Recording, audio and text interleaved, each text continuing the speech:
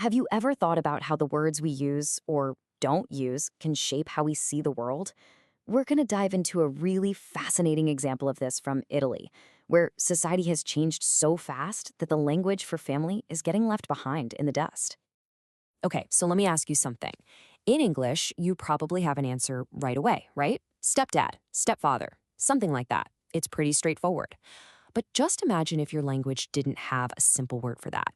What if the only words you had were, well, kind of clunky or even worse, had all this negative history attached to them? And that right there is the heart of what we're talking about today.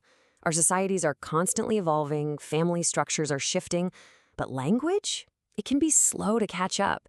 It's like it's stuck in a past era, and that gap can make it really, really hard to talk about the people we love. To really get what I mean, let's head to Italy. Because you see, the traditional Italian words for blended families sound like they were ripped right out of a Grimm's fairy tale, and not in a good way. Okay, so take the word matrigna. That's the Italian word for stepmother. This isn't just a neutral label. Oh no. It is loaded with centuries of cultural baggage, and most of it is pretty bad. The word itself just feels cold, doesn't it?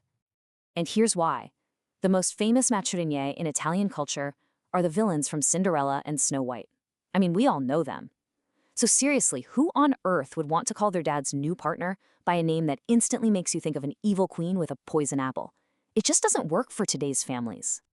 And it's not just stepmothers either. That same kind of negative vibe is stuck to patrigno for stepfather, and it even trickles down to step-siblings with words like fratellastro and sorellastra.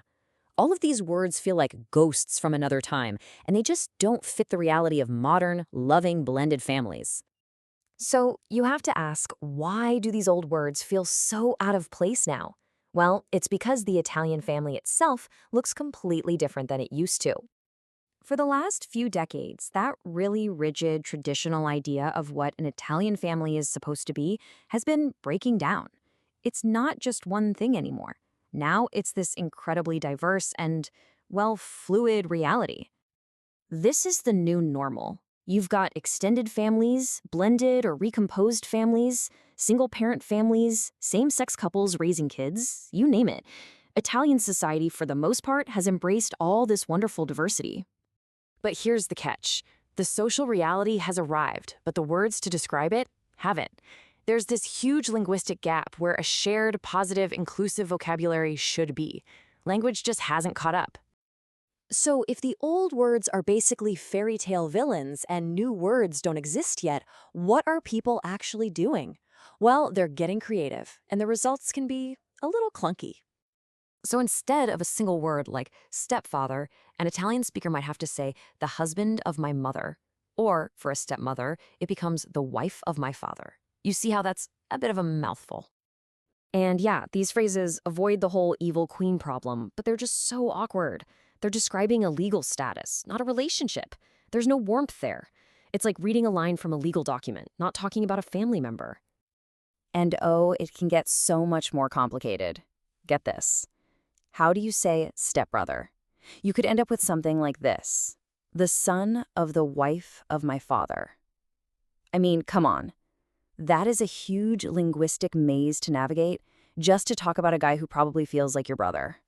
So this isn't just some quirky grammar issue, right? This is a social issue.